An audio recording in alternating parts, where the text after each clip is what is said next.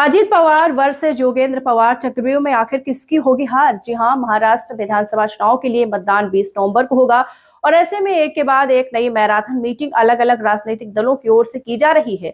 अपने अपने उम्मीदवारों के नाम का ऐलान किया जा रहा है। उससे पहले बहुत गहन चिंतन मंथन किया जा रहा है।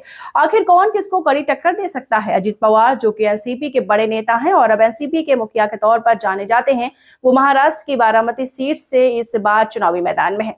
तो चाचा शरद पवार की पार्टी ने भी इस सीट पर कैंडिडेट का नाम का ऐलान कर दिया है और दावा ये किया जा रहा है कि इस सीट पर जो उम्मीदवार उतारा गया है उसे लेकर शरद पवार ने बहुत बड़ा मास्टर स्ट्रोक खेल दिया है।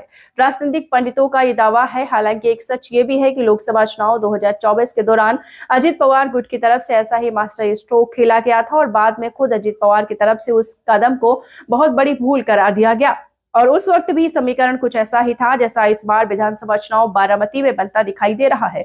अजीत पवार के सामने चाचा शरद पवार ने बारामती विधानसभा सीट से इस बार अपनी पूर्ति योगेंद्र पवार को चुनावी मैदान में उतार दिया। योगेंद्र अजीत पवार के भाई श्रीनिवास पवार के बेटे हैं, यानी उनके अपने भतीजे, तो चाचा भतीजे के बीच में हो रही है। बारामती में इस बार टक्कर तो बोस्टन से बिजनेस मैनेजमेंट की पढ़ाई करके लौटे लंबे वक्त से शरद पवार और सुप्रिया के साथ में मंच पर नजर भी आते रहे हैं। एनसीपी के दो टुकड़े होने के बाद अजीत पवार ने अपने चाचा शरद पवार की पार्टी को एक तगड़ा झटका दिया। ज्यादातर पार्टी के बड़े नेताओं को लेकर वो एनडीए के पाले में चले गए हैं और अब विपक्ष में नहीं बल्कि सपा पक्ष में है। खुद वो महाराष्ट्र के उप मुख्यमंत्री भी हैं। लेकिन उधर शरद पवार ने अजीत पवार को डैमेज करने के लिए अपने पोते योगेंद्र पवार को अजीत के खिलाफ चुनावी मैदान में उतारने का ऐलान कर दिया और एक बार फिर से यहां पर पवार वर्सेस पवार की जंग बारामती में देखने को मिलेगी।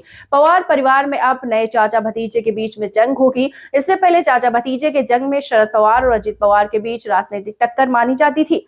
पूरे महाराष्ट्र की और देश भर की दिलचस्पी अब बारामती सीट पर है। इससे पहले अजीत पवार ने आखिर कौन सा कदम उठाया था, किससे उन्होंने बाद में अपनी गलती करार दिया, लोग अब इस पन्ने को फेर कर रहे हैं। अजीत पवार ने लोकसभा चुनाव 2024 के दौरान दरअसल बारामती लोकसभा सीट पर अपनी पत्नी सुनीता पवार को चुनावी मैदान में उतार दिया था।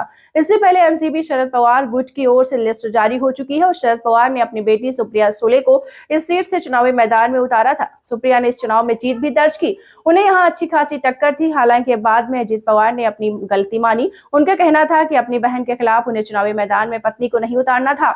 और क्या हार के बाद ऐसे नजर आए। अब चुनावी पंडित इस पर मंथन कर रहे हैं क्योंकि परिवार के दो सदस्य आमने सामने तब भी हुए थे और अब भी हैं। कुछ ऐसा दिलचस्प मुकाबला यहां देखने को मिल रहा है। महाराष्ट्र की सबसे हॉट सीट मानी जा रही शरद पवार ने अब एक नया दांव चल दिया है, योगेंद्र वाला दांव। अब शरद पवार ने अपने पोते को अपने भतीजे अजीत पवार के खिलाफ मैदान में उतार दिया। इसी अजीत पवार के खिलाफ जीत अजीत पवार ने अपनी चाचा को कच्चा दिया और पार्टी एनसीपी का नाम निशान लेकर वो सत्ता पक्ष एनडीए के साथ चले गए। अब मैदान में एक बार फिर चाचा भतीजे वाली वैसी टक्कर देखने को मिलेगी। खैर, नतीजे चाहे जो भी हो जनता तय करेगी। 20 तारीख को 23 को रिजल्ट आएंगे। योगेंद्र के सामने आने से मुकाबला काफी दिलचस्प है। सभी के लिए रोचक सीट बन गई है। शरद पवार को राजनीति का वैसे तो चाणक्य माना जाता है। ऐसे में सवाल ये है कि जिस चीज को अजीत पवार ने अपनी गलती बताया उस शरद पवार आखिर मास्टर स्ट्रोक क्यों कह रहे हैं।